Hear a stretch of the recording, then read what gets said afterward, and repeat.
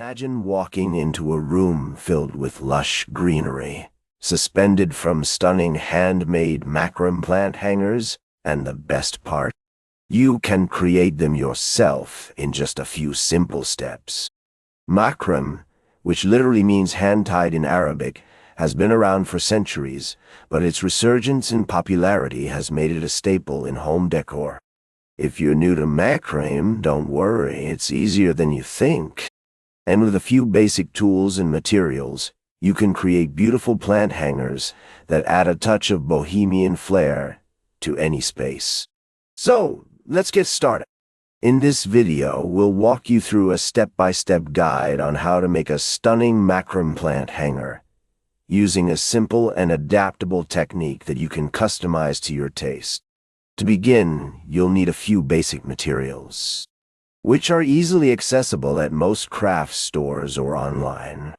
For this project, you'll need a few meters of cotton rope or macrame cord, a set of wooden or plastic beads, a few metal rings, and a plant pot of your choice.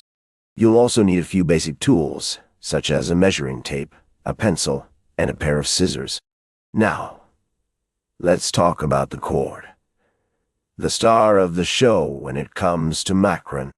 Macrame cord is a type of rope specifically designed for knotting and cord making, and it comes in a variety of materials, including cotton, nylon, and hemp. For this project, we'll be using cotton rope, which is soft, durable, and easy to work with. You can choose any color you like, but keep in mind that lighter colors may show more knots than darker ones. Before we start knotting, let's take a closer look at the basic knots you'll need to know. There are several basic knots used in macrame, and once you master these, you'll be able to create a wide range of projects. The first knot we'll learn is the lark's head knot, also known as the loop knot. This knot is used to create a loop at the end of the cord, which is essential for hanging your plant. To tie the lark's head knot, simply fold the cord in half and pass the folded end through the loop. Pull the folded end gently to tighten the knot, then adjust the loop to the desired size. You should now have a clean and tidy loop at the end of the cord. The next knot we'll learn is the wrapping knot, also known as the S-hook knot. This knot is used to wrap the cord around the plant pot and secure it in place. To tie the wrapping knot, simply wrap the cord around the plant pot in a clockwise direction. Then pass the end of the cord through the loop. Pull the end gently to tighten the knot, then adjust the wrap to the desired size.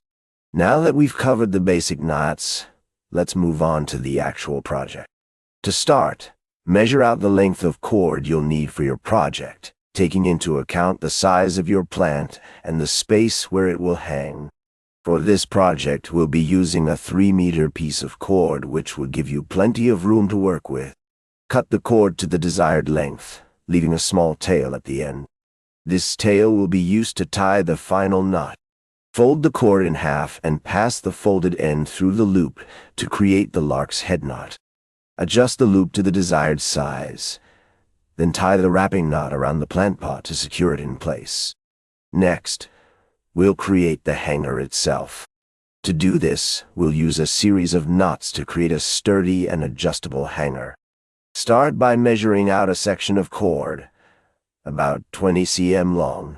Fold this section in half and pass the folded end through the loop to create the lark's head knot. Adjust the loop to the desired size, then tie the wrapping knot around the plant pot to secure it in place. Now we'll create the adjustable hanger. To do this, we'll use a series of knots to create a loop at the top of the hanger. Measure out a section of cord about 20 cm long. Fold this section in half and pass the folded end through the loop to create the lark's head knot. Adjust the loop to the desired size, then tie the wrapping knot around the metal ring to secure it in place. To add some extra flair to your hanger, you can use beads or other decorative elements. Simply thread the beads onto the cord and tie the wrapping knot to secure them in place. You can also use different materials, such as shells or wood, to add a personal touch to your project. Now that we've covered the basics, let's talk about some tips and tricks to help you take your macrame game to the next level. One of the most important things to remember is to keep your knots even and consistent. This will ensure that your hanger hangs straight and level. Another tip is to use a consistent tension when tying your knots. If your knots are too tight, your hanger may become too stiff and lose its natural flow. On the other hand, if your knots are too loose, your hanger may sag or become unstable. Finally, don't be afraid to experiment and try new things. Macrame is all about experimentation and creativity, so don't be afraid to try new knots, materials, and techniques. With practice and patience, you'll be creating stunning macrame plant hangers in no time. In this video, we've covered the basics of macrame plant hangers, including the basic knots, materials, and techniques you'll need to get started. We've also provided some tips and tricks to help you take your macrame game to the next level. Whether you're a beginner or an experienced crafter, we hope this video has inspired you to try your hand at macrame. If you're interested in learning more about macrame, be sure to check out our next video, where we'll be covering the basics of macrame wall hangings. In this video, we'll show you how to create a stunning macrame wall hanging using a variety of materials and techniques. Don't forget to like and subscribe for more crafting tutorials and inspiration.